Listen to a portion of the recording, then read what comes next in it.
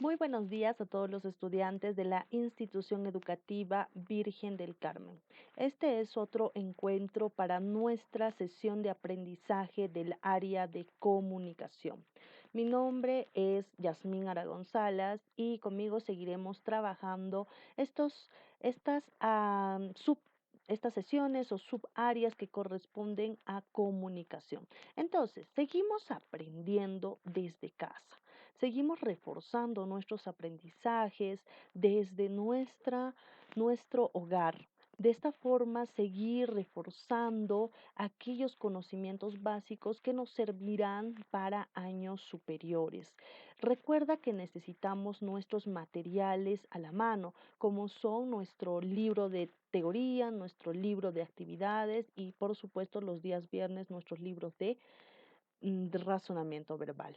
Bien, vamos a continuar entonces con nuestra sesión de aprendizaje para el día de hoy. El tema que nos toca trabajar es la comunicación y sus elementos. Sí, es un tema que ya hemos visto en las primeras semanas en este periodo de Aprendo en Casa, a través de nuestras fichas de trabajos que muchos de ustedes enviaron y que ya ha sido calificado y están muy bien trabajadas, con algunos pequeños errores o equivocaciones que se van a subsanar durante esta sesión y el tiempo, si es que lo hubiera en algunos casos. Si hemos visto entonces a lo largo de nuestro avance acerca de la comunicación, por qué existe la comunicación, cuál es la diferencia entre comunicación y lenguaje, y cuáles son sus elementos. Y también hemos visto acerca del proceso comunicativo, ¿sí? ¿Cuál es el propósito que debe marcar a través de esta sesión de aprendizaje para lograr algo al terminar esta sesión y al terminar nuestro trabajo a partir de esta clase? Entonces, nuestro propósito va a ser el de conocer la comunicación y diferenciar cada uno de sus elementos. Ya conocemos la comunicación, pero siempre habrán datos importantes que quizás nos ayuden a reforzar este aprendizaje. ¿Cuál es el título para trabajar nuestros organizadores gráficos en nuestro cuaderno? Que es muy importante. Por favor, será la comunicación humana. Va a ser la comunicación humana. Bien, entonces, ¿qué es la comunicación? Todos sabemos que la comunicación es una integración de ideas, un intercambio de información, que es esta transmisión de información entre dos o más individuos. ¿Y qué nos dice? Dice que es un proceso. Listo, hemos visto también esta palabra, un proceso. Todo proceso conlleva a un círculo de inicio a fin para que este proceso se dé en diferentes contextos o situaciones. Este proceso, dice, consiste en transmitir, dar una información desde un punto de origen a un punto de llegada. Por eso es un proceso, porque si existe un punto de origen y no existe un punto de llegada, este proceso no se daría. Entonces ya no hablaríamos de comunicación o quizás hablaríamos de otro tipo de comunicación. ¿Qué más? Nos dice que la comunicación es exclusivamente humana. Sí, hemos mencionado que hay otros seres dentro de nuestro entorno que llegan a comunicarse, pero dentro de la comunicación, para que sea exclusivamente humana, va a nacer lo que es el lenguaje humano. Si la comunicación va a ser exclusivamente humana, va a ser gracias al lenguaje. ¿Por qué? Porque va a ser la creación de códigos o signos que van a ayudar a transmitir esta información, estas ideas o pensamientos, que a diferencia de los animales que también tienen un tipo de comunicación, esta quizás no sistematice un código. Y si lo logra hacer como muchas especies, quizás esta no sea tan profunda y tan difícil de comprender como la es la de los humanos. A ver, ¿qué más nos dice? Piensa en ejemplos de este proceso. Dice, si es exclusivamente humana, ¿qué ejemplos podríamos dar? Claro, la transmisión de ideas, pensamientos, sentimientos, emociones. ¿Por qué? Porque a través del lenguaje humano, a través de la lengua y el habla, que son elementos muy importantes, que nos diferencian de otros seres como son los animales o las plantas, que también tienen un tipo de comunicación. Las plantitas se comunican con otros seres de su entorno, quizás por el color, por el aroma u olor, o los movimientos de que unas flores, por ejemplo, cierran sus pétalos o abren sus pétalos en determinadas estaciones. Y entonces están comunicando algo, pero no reciben o no llega a un receptor como lo hace el hombre al comunicarse. ¿Qué medios se utilizan y qué tienen en común? Hemos visto, la comunicación humana siempre va a tener un receptor, van a tener diferentes medios para comunicarse. Hemos visto ya los medios de comunicación masivas, los medios de comunicación antiguos que se utilizaban, las cartas, los emails y ahora una llamada telefónica, la radio, la televisión, etcétera. ¿Y qué tienen en común? Que quizás siempre buscamos o tenemos la necesidad, todo ser vivo de este planeta, tratar no expresar, de comunicar algo, aunque sea inconscientemente, pero el que lo hace totalmente diferente al resto es el hombre, el ser humano. Veamos ahora, ¿cómo se produce la comunicación? ¿Cómo se produce la comunicación? Dice la comunicación humana porque es la que nos interesa, se produce mediante signos. Y todos los signos pueden ser ya sea verbales o no verbales, nos van a ayudar a comunicarnos con otros seres vivos y sobre todo con otras personas. ¿Qué son?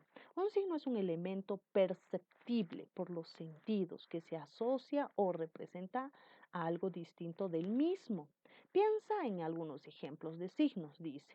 Pueden ser los olores, los colores, las formas, la palabra, la lengua oral, la lengua escrita, etcétera. ¿De qué partes constará? Vamos a ver, entonces existen signos dentro de un código lingüístico como es el castellano. Los signos serían las letras que han podido establecer el idioma que actualmente hablamos. Entonces tiene una parte de significante que es perceptible por los sentidos. Estos serían los significantes. Estos, por ejemplo, el celular, significante celular que es un objeto, la palabra celular que es un objeto, y la parte inmaterial o abstracta que es el significado, la idea que le atribuimos a este objeto, qué sirve, para qué sirve, cuál es el beneficio de utilizarlo, etcétera. Entonces, mira todas las cosas a tu alrededor, todo tiene un nombre. La radio, la mesa, la computadora, el libro, todo tiene un nombre. Y gracias a esto se llama significante, a este nombre se llama significante. Y al mismo tiempo, cada significante, todo lo que está a tu alrededor tiene un significado. El por qué está aquí con nosotros y para qué está con nosotros. ¿Sí? Veamos entonces, ¿cuáles son los elementos de la comunicación? En algunos casos, algunos autores nos mencionan 6 elementos y en otros casos 7 elementos. Tenemos al emisor, al receptor, al mensaje, al código que utilizan, al canal y al contexto. Generalmente estos 6 primordiales. Y a este se le añade el referente. ¿Sí? Bien, al emisor también se le llama codificador y al receptor descodificador, al código, que es la lengua o los signos, el referente va a ser el tema, el contexto, ¿qué más tenemos? Al canal, el medio y el mensaje, el contenido. Muy bien, eso también ya lo hemos visto y hay muchos autores que nos hablan acerca de los 6 o 7 elementos que son válidos en un circuito de comunicación. Dice el emisor es el que envía el mensaje. Mientras que el receptor es quien recibe el mensaje que envía el emisor. El código va a ser el conjunto de signos, ya sean lingüísticos o no lingüísticos, que envía el emisor al receptor. El canal va a ser por dónde, el medio, por dónde lo envío. El mensaje va a ser lo que el emisor le dice al receptor. El contexto es el lugar donde se está llevando a cabo este proceso comunicativo y el referente sería el tema que alude el mensaje, de qué tema se está hablando en el mensaje. Bien, para entender también a lo que es la comunicación y los elementos, tenemos que hablar de las interferencias. Las interferencias se dan en todo acto comunicativo o en todo proceso comunicativo. Una de las interferencias más conocidas, más famosas en todo acto comunicativo es el ruido. El ruido es dice, cualquier elemento que dificulta, debilita o incluso impide el proceso de comunicación. Generalmente al dificultar la adecuada recepción del mensaje. En este caso, la palabra ruido no se refiere exclusivamente al fenómeno acústico de extremada sonoridad que forma el ruido, sino a cualquier fenómeno que obstaculice la comunicación. Por ejemplo, si tú estás leyendo un libro y se derrama tu taza de café y se moja todo o ya no se ve bien las letras, entonces ese sería un tipo de ruido dentro de la comunicación escrita. La letra no legible, cuando un niño, un alumno o alguien no escribe muy bien, también sería una interferencia, un tipo de ruido porque no está llegando el mensaje al receptor. La falta de ortografía, cuando de repente escribimos con una B, cuando es con una V o sin tilde, entonces le estamos dando otro significado a la palabra, también es un ruido, porque el mensaje no va a llegar como se quería al receptor. Cuando leemos o entonamos o pronunciamos la palabra de una forma equivocada, que muchas veces nos pasa, también es parte del ruido. Estos ruidos no son intencionales, no son al propósito, son simplemente momentos en este proceso o acto comunicativo que se da. Otro de los temas que tendríamos que relacionar sería la redundancia. La redundancia es repetir constantemente algo. Generalmente esto nos pasa en las exposiciones orales. Redundamos bastante en un tema y no avanzamos en explicar otras ideas importantes. Dicen, mecanismos de compensación que se introducen en el proceso para contrarrestar al ruido y garantizar la recepción del mensaje. Bien, dice que la redundancia va a ser el cómo podemos combatir al ruido. Nos va a ayudar a combatir el ruido, sobre todo en el tema de la comunicación oral. Supongamos, si estamos hablando con una persona y estamos diciendo un mensaje corto y claro, pero en ese instante suena un pito muy fuerte, un grito de un bebé, el llanto de un bebé, un grito de alguna persona X, entonces este mensaje no ha llegado tan claro como creíamos al receptor. Ha habido un ruido, una interferencia. ¿Y qué hacemos para que llegue al receptor de mejor manera? Hacemos lo siguiente, redundamos o repetimos la misma palabra, frase, oración o enunciado que hemos dicho en un inicio. Volvemos a repetir. ¿Para qué? Para que el receptor pueda entender de manera correcta el mensaje. De esta manera combatimos al ruido. Elementos que no añaden información, simplemente consisten en ella para garantizar que llegue a su destino adecuadamente. Ejemplos, escribir en mayúsculas, repetir el mensaje con palabras o gestos, o con palabras y dibujos, o con palabras e imágenes. Está bien, como hemos dicho. Si no es un texto escrito, podemos volver a escribirlo para que de repente no se entiende, entonces volvemos a escribir y de esta forma, aunque redundemos, estamos haciendo que el mensaje llegue a cabalidad porque queremos combatir al ruido. Veamos de forma rápida algunas funciones que se debe tomar en cuenta dentro de este proceso de comunicación y dentro de los elementos. Existen 6 funciones. Tenemos la primera, la función emotiva o expresiva. Esta función emotiva o expresiva está enmarcada en el emisor. ¿Por qué? Porque todo emisor da o transmite una emoción o una expresión. Por ejemplo, tenemos la entonación, ¿no? La entonación o el lenguaje connotativo. Dice, aparecen en los mensajes en los que el emisor deja deja translucir su estado de ánimo, enfado, alegría o sorpresa. Esta función emotiva es para transmitir mensajes ya sea de alegría, de tristeza, de sorpresa, como en una carta, en un diario, en un poema, en una crítica de una película, en un comentario, etcétera. Veamos la siguiente función, la función conativa o apelativa. Esta función está referida al receptor, porque es el quien recibe. Entonces, la conativa o apelativa dice la comunicación para persuadir al oyente y éste responda. Entonces, si el emisor ha mandado un mensaje de sentimiento para que esa persona reflexione frente a un mal comportamiento, el receptor al poder reflexionar está cumpliendo con la función apelativa. Si dice que ha hecho mal, se da cuenta que de sus errores está practicando la función apelativa. Por ejemplo, dice en los sermones, ¿no? En los textos para dar instrucciones y da su propia apreciación y dice, sí, la primera vez cuando yo he hecho arroz con leche se me ha quemado, pero ahora no porque he aprendido. Entonces hace una reflexión. El receptor puede hacer esta reflexión para poder quizás vamos a decir, mejorar lo que había hecho mal. Si el mensaje ha sido enviado con sentimientos, la función apelativa hace que el receptor reflexione. Vamos con la tercera función.